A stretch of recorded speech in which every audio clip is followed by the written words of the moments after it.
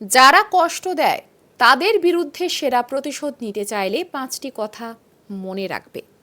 1. অন্যের ইচ্ছায় সাড়া দিও না।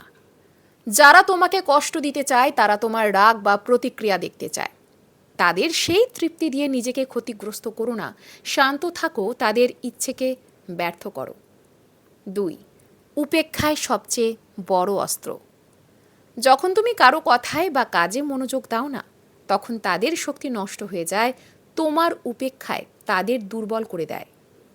3. নিজের শান্তিকে অগ্রাধিকার দাও।